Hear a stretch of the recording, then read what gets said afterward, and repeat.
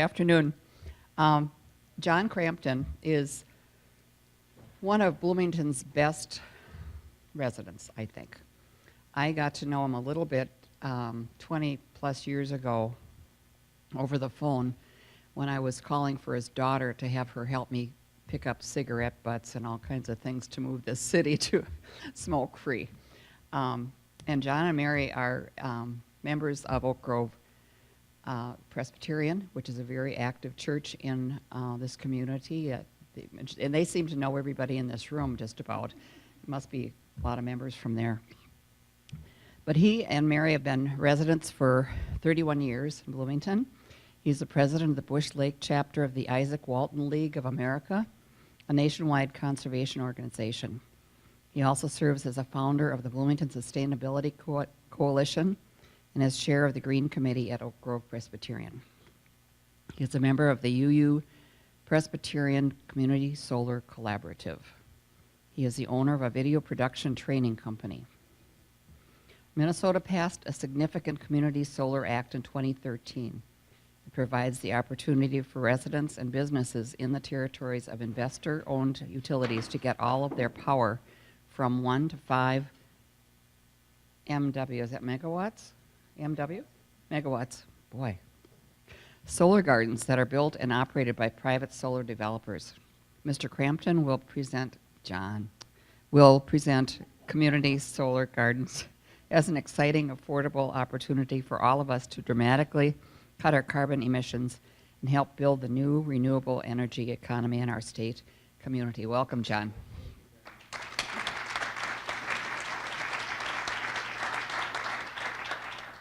I'm going to talk to you today about community solar gardens, and the experience that I'm going to share with you is based on Oak Grove Presbyterian, where I'm the chair of the Green Committee, and for the last 5 years, basically we've tried to implement solar in our church as part of our goal of being net zero for electricity. And we've written grants, we've partnered with solar developers and that, and I'm very excited about the thing that I'm going to tell you about today. And I would ask you if you can hold your questions to the end. I'll go through my slides and we can take it from there. I have no relevant financial relationships regarding this presentation.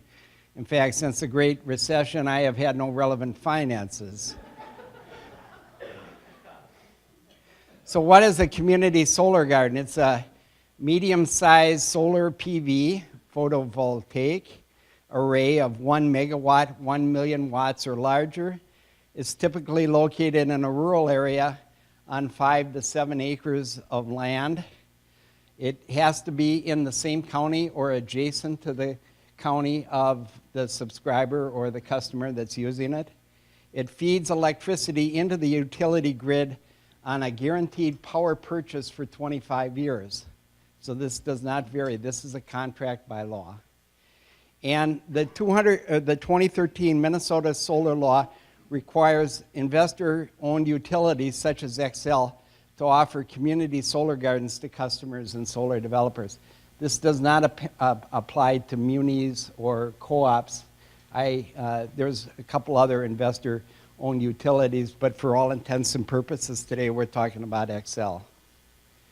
It's delivered to the customer via the grid. So this is not panels and inverters on your property. Your electricity comes to you the same way as it does today.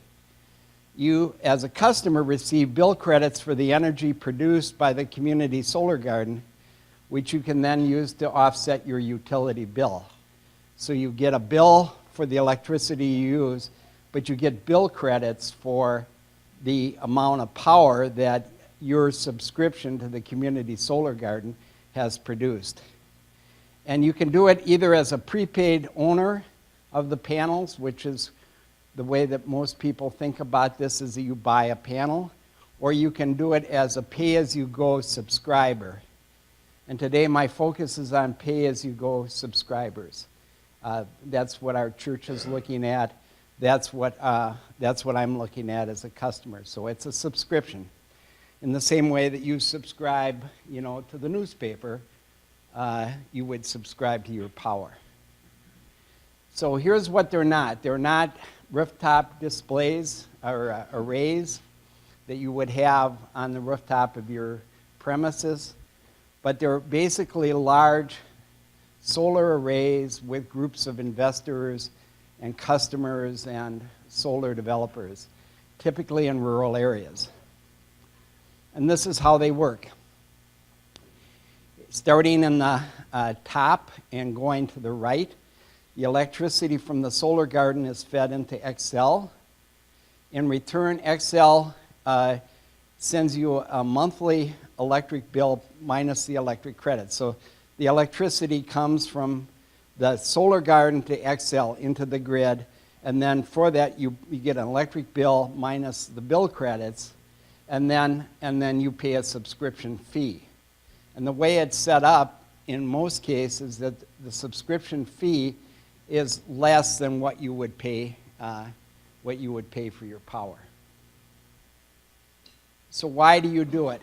Why am I talking to you today? Well, the first one is we dramatically need to reduce our carbon emissions to curb catastrophic climate change. And we need to do it quickly. We need to make renewable energy available and affordable for all people.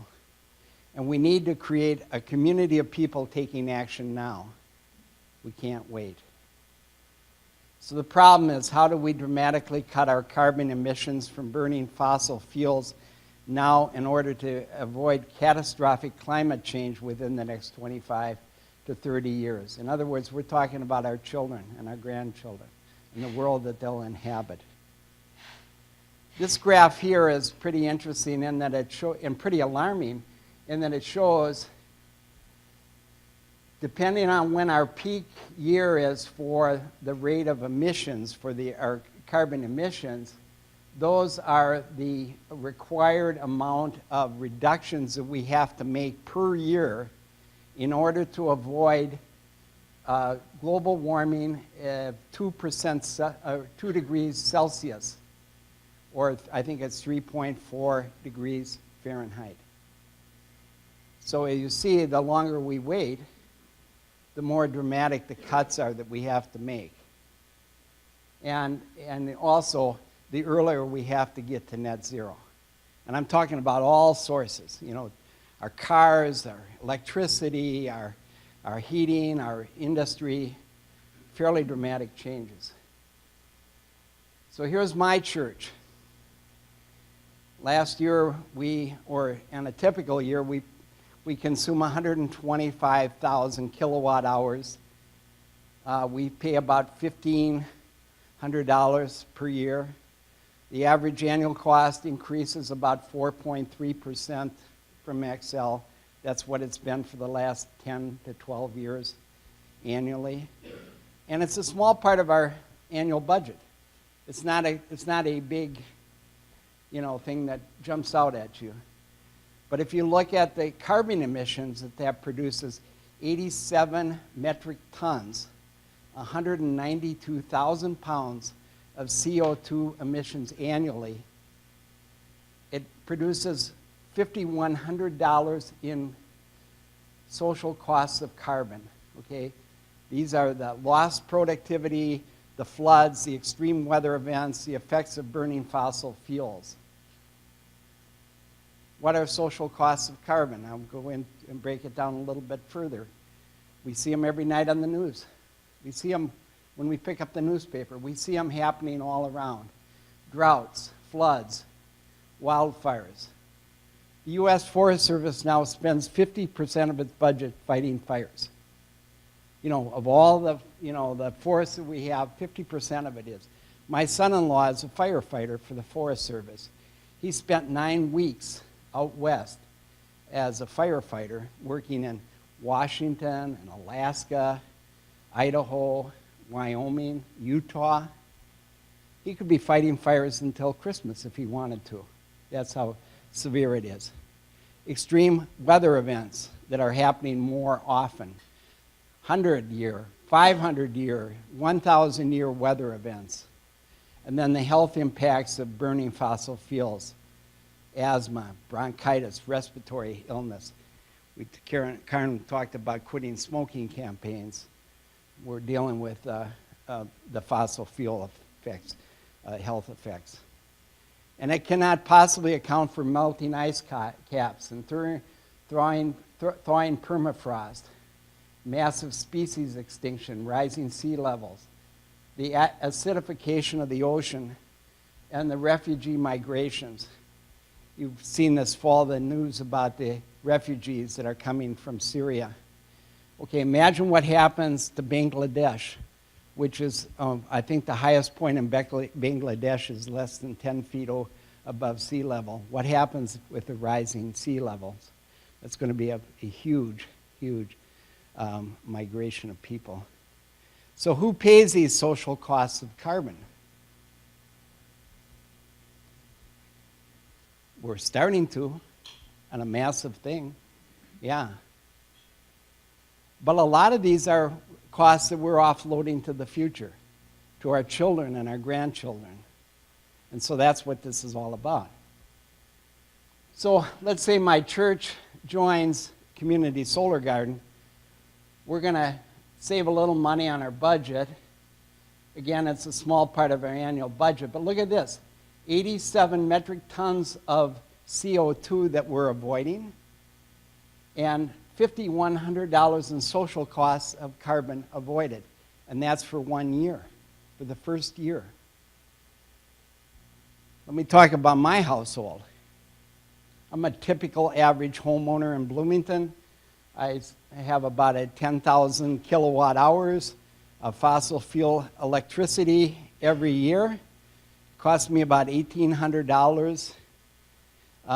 We're seeing increases again of 4.3%, a typical family budget, but I'm putting out almost 7 metric tons of CO2 from our power consumption.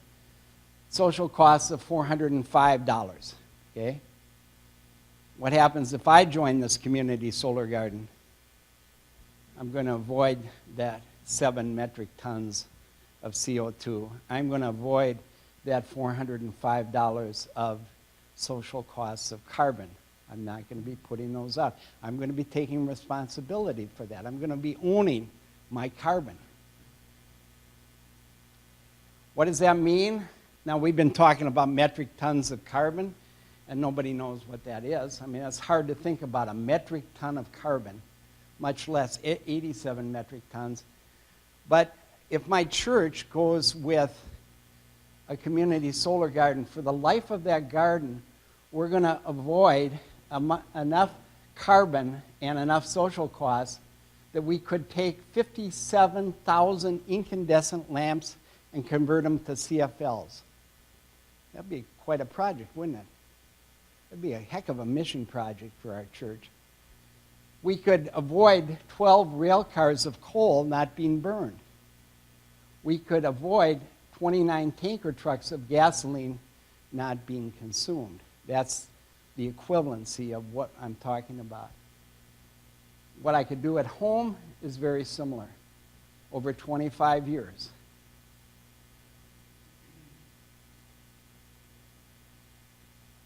And if we get 112 people in our church and their friends, and I get our church over 25 years, we could have a real impact.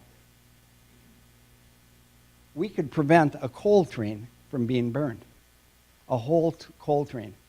If you've ever seen these coal trains coming in from the west, from Montana, that's what we could prevent. So why do it? We want to make renewable energy available and affordable for all. Not just for the rich, not for the people that can afford Teslas, but for everybody in this room. 87% of Minnesotans we know from polls want solar. Only 25% of the rooftops are available for solar. A lot of us live in condos or in shaded areas or places that we rent, that we don't have the ability to do it. And so under a community solar garden, if you receive a utility bill from Xcel, you're eligible to participate. So here's what it might look like for our church over 25 years. It's 0% down. It costs 5 to 10% less than XL, and it's cash positive from day one because we don't own the solar garden. We're subscribing for our power. We would save approximately $700 to $1,400 in the first year. And over the course of the garden, we would save somewhere between $18,000 and $60,000 worth of costs over the 25 years of the solar garden. The terms of the subscription is that we would sign a consent form to make our XL bill history available. We would provide financials, and we would sign a subscription agreement. The length of that subscription agreement would vary depending on the solar developer, and there would be fees to transfer and or terminate the subscription early, and these, of course, vary on the solar developer. One of the things that I've been doing, along with representatives of 4 Unitarian Universalist churches, is negotiating contracts to make these terms as favorable as we can to the consumer. Okay? And so we've worked over the last 5 or 6 months refining the contracts, negotiating the contracts, and working in a collaborative to do that. What would this mean for our church? Well, immediately we're net zero for electricity. We've cut our carbon footprint by 35 to 40%. It would free up our resources to do things like install more LED lights, to explore geothermal and solar thermal for our heating, to move to alternative transportations. Maybe we could put in some electric vehicle chargers for people coming to our church. Come here for a charge, and stay for the sermon. Bikes, all kinds of things. One of the other aspects about this is from the money we save, we could also invest in in a real major problem, which is heating assistance for low-income people. And there's an organization here called our Rural Renewable Energy Alliance out of Pine River, Minnesota, that is installing solar air heating systems throughout the Midwest. This is my home, okay? Again, I would save 5 to 10% less than XL. I would save somewhere between $100 and $200 in year one. And over the course of the 25-year life of the solar garden, I would save $2,300 to $7,500. If you look at the range depends on how much, because I'm always going to be 5 to 10% less than XL. It depends on how much the increase is on an annual basis in XL. Again, the homeowner subscription would be make my history available to look at my history. I would typically have to have a score of 700 or higher, which covers about 53% of the population. And of course, that's to protect the investor of the solar garden. The subscription size would be based on my historic usage, and I could go up to 120% of my historic usage. So you remember, you get your electric bill and then there's some other fees. I could cover those fees as well as my usage. The termination fee, again, the transfer and early termination, the length of the subscription will vary depending on the solar developer. There will be fees for transferring and terminating subscriptions, and these fees will vary on the developer. One of the things that we've done as part of our collaborative is work on not only the terms for our churches, but getting attractive terms for customers, for the average everyday member, for them. So what would it mean to me? I could cut my net zero for electricity. I could cut my carbon footprint by 35%. I could save some money. I could invest in LEDs throughout my house, energy efficient appliances. I could investigate solar air hot water heating. I could look at more efficient geothermal or that. Actually, I have an electric, Mary and I have an electric vehicle. And so maybe I could, power this with the renewable energy from the community solar. And in that case, my carbon footprint would be about 65% less than what it is today. I could be well on my way to becoming net zero in all my aspects. I could also give savings to the poor. I could investigate paying for food that's grown locally that requires less transportation. What if you don't live in XL territory? Well, there are programs throughout the state where you can accomplish the same thing, called WindSource. How many people here know about WindSource or belong to WindSource? Okay.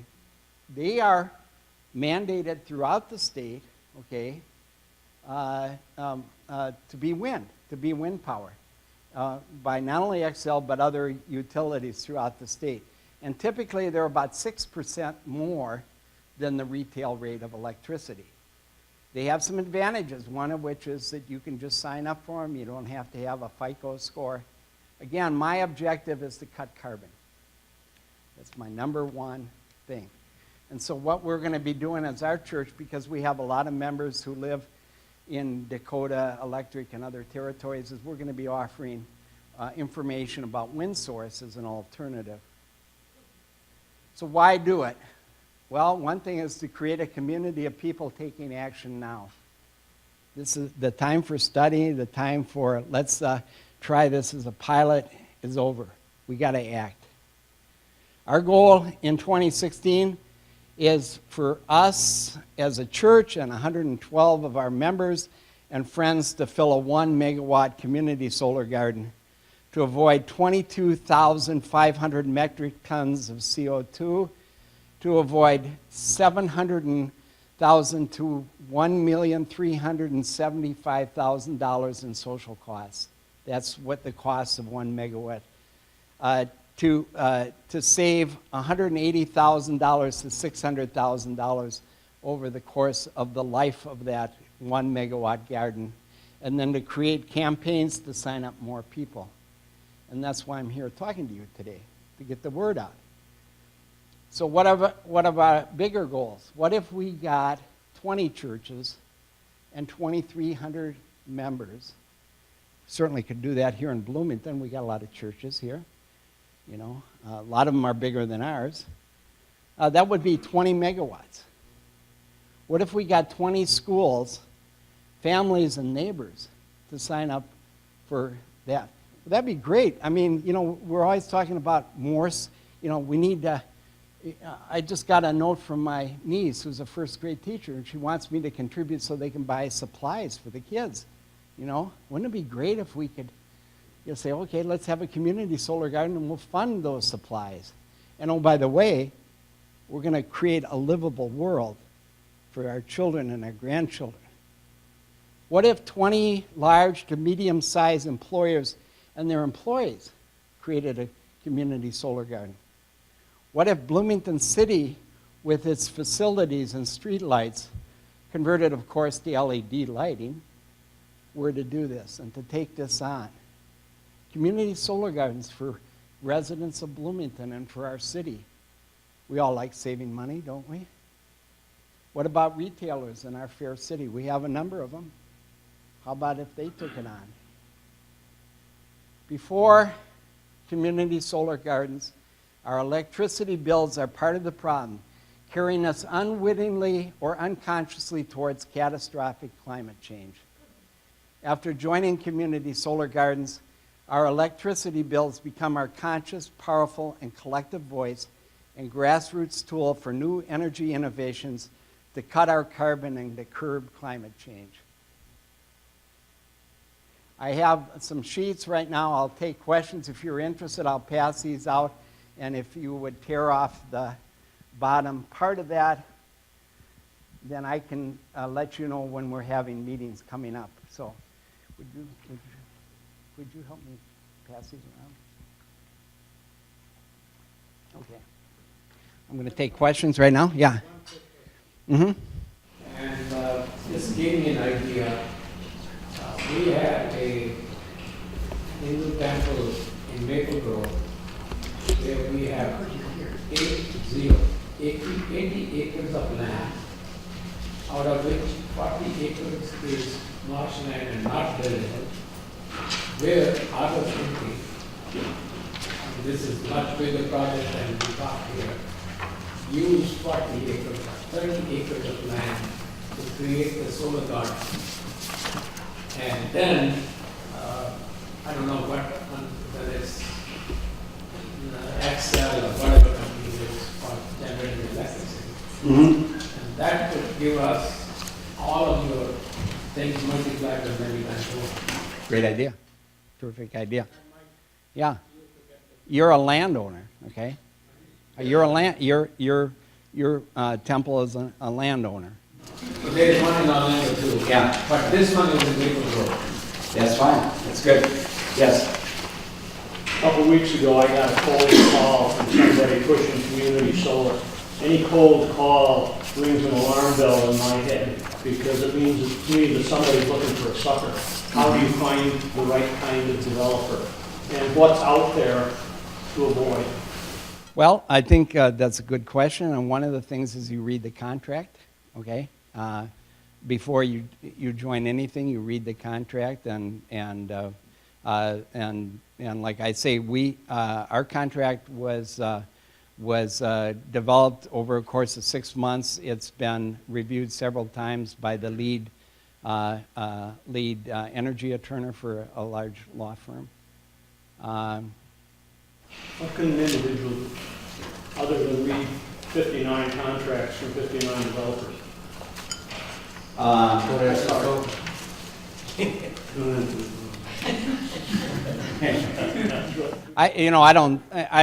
don't answer the phones on anything like that.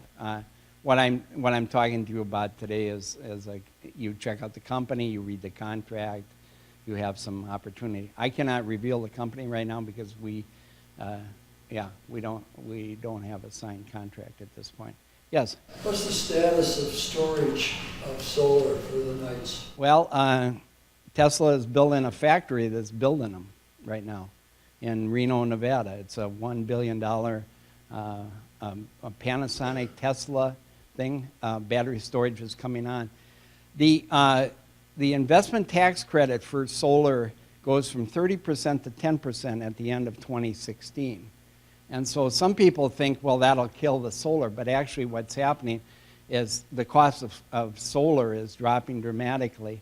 And once it gets hooked up to battery storage, it will be a very powerful combination. So the batteries are coming on.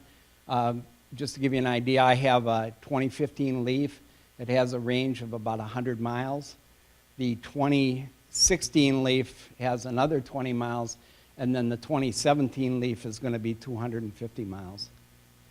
Real dramatic improvement. Those things sure are ugly. You know, those displays. I've seen them around. Is there anything that can be done about that? I think they're beautiful. I mean, it'd be more appropriate to put them on a house or in a parking lot or something like that. Well, one of the things about it is that in fact, one of the reason we selected the developer we do is that they're taking land that's marginal farmland and putting solar panels on it rather than farming it, and I think that's actually a better use for the land. The other thing they're doing is they're signing a pledge to protect pollinators by planting native plants that will attract pollinators. They have an erosion control pledge that they're conforming to. So, you know, like I say, 5 to 7 acres is what we need right now for a 1 megawatt solar garden. So the chances to find 5 to 7 acres of rooftop to make this deal work are not very favorable. John, would you say that your thing would be more beautiful than a smokestack spewing black smoke? I would say, yeah. And the fact of the matter is that I've never heard of a solar spill, you know. Yeah. I understand you're right, this would apply to individual condos, apartments too, because you pay Excel Right. directly. Right. The whole complex doesn't have to sign up. Right. And if you could get the whole complex to sign up, Yes. And chances are the more people that use, you get to subscribe, ultimately the better, the better the term is going to be for the developer. Yeah. So. benefits obviously on a percentage basis would be similar. Yeah. On a total basis, it would be small for a condo, but percentage-wise, it's Well, in this case, it's the consumer that drives the buying process, not the owner of the condo or that kind of thing, or the owner of the rental facility. You yourself, if you're an XL participant, you can do it. One of the reasons why we're grouping the individual consumers together with the church is that the church becomes the anchor for that particular garden. So one of the thoughts that we have was that eventually, when we're subscribed and our members are subscribed, they can come into church and they can actually see a display of how much power was generated, a real-time display of how much power was generated by the community solar garden during the week. So we can, in a way, celebrate what is going on. Yes. So let me clarify. So we could either join, like with a church group such as yours, or can you sign up individually through Excel? Yes, not through Excel, through a solar developer. Oh, you still have to go to the same developer. Right. Now, Excel has the ability to offer these programs. They can offer community solar gardens. They've chosen not to at this point, simply because I don't think they want to compete. They don't want to offer people a discount. They want to have people pay a premium for this. Are these subscriptions transferable? Because 25 years is a long time to live in one house. Right, and so there is, as I said, there are transfer fees that you can reasonably do it, and it would be, like you get a 30-year mortgage on your house, you're not going to necessarily live there for 30 years, so you negotiate the value of that mortgage. So let's say you're selling your house and you say, would you like your electricity at 5 to 10% less than you're paying Excel, or would you like it at the full retail rate? Yeah, other questions? Well, just to follow up, but is the other option is that if you move, say, from your single family home to an apartment or to a condo, you can take it with you? Yes, you can. Yeah. You would pay a transfer fee. Yeah, it's either way. I'm surprised by the $5,000, I think it was for a homeowner, that they would save in social costs to society. No, that's the church. The church. In the first year. I would think, and I'm just wondering if you're being conservative on this. I am. Because I was thinking it would be Yeah. higher, No, it's generally for every dollar you spend, the accepted norm is 25 cents of it. If I spend $1 on energy, there's 25 cents in social costs that I'm not paying. And again, as you go up that curve, of how long we wait to do something, the costs get higher and higher. It's like I'm a 3-pack-a-day smoker, and I'm going to wait until I'm 65 to quit. Well, I'm going to have to quit pretty fast. I'm going to have to quit pretty dramatically, and that's where we're at. Any other questions? Yeah. Well, I have heard a couple of presentations on community solar gardens, but I think this has been really clear with some great examples, so I just wanted to thank you for that. Yeah, thank you very much. Yeah. John, can other individuals, say, join with Oak Grove Yes. individuals? And Yeah. Yeah, if we make it, public that this Yeah. church is doing this and Yeah. others might join? Our priority, once we get a deal, would be there would be 2 priorities. One of which is to fill that garden, the church, our members and friends. Okay, so so almost anybody can be our friend. Yeah.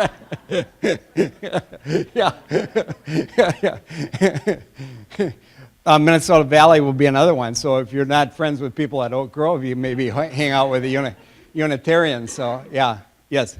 Oh, I just want to thank you for your passion and your willingness to come out and go through this. I think we can all agree that conservation and anything we can do to help is going to be a positive step going forward. Thank you. Thank you. Yeah. So where are the people like who live in apartments with lower income people? How will you reach out to those folks, and where are they on your priority list? I'm going to start with meetings and move to social media, and I could see us having like neighborhood get-togethers, and the word of mouth. That's the kind of thing. It's very powerful. Word of mouth. A lot of people know we got to act fast on carbon, and we can't wait. We can't wait for Congress to take the lead, So. Okay. Thank you. Yeah. If you're interested, tear off your information and just leave it here. I'll put it right over here. And like I say, when we have meetings, we'll get in touch with you. And I'm sure you're willing to stay around for additional questions if people have them, right, John? And you need to come back up here. So, John, in appreciation for your presentation today, a donation to End Polio Now will be made in your name, which is the signature project of Rotary International. In the early 1980s, there were 400,000 cases of polio in the world each year. And Rotarians decided to join with other organizations to lead the eradication of polio in the world. We are so close to eradicating this devastating disease. In 2015, we have had 51 cases limited to 2 countries, and that is less than a quarter of the cases that we had last year, so we really are on a roll. But success over polio will help fuel the energy for what people of the world can do when we work together. So with that, John, I would like to give you a certificate. Thank you very much. In honor of your speaking today. And here is a Rotary pin to End Polio Now that you can wear with pride. Thank you. You have a wonderful organization. Thank you very much. Thank you so much. So thank you, John. And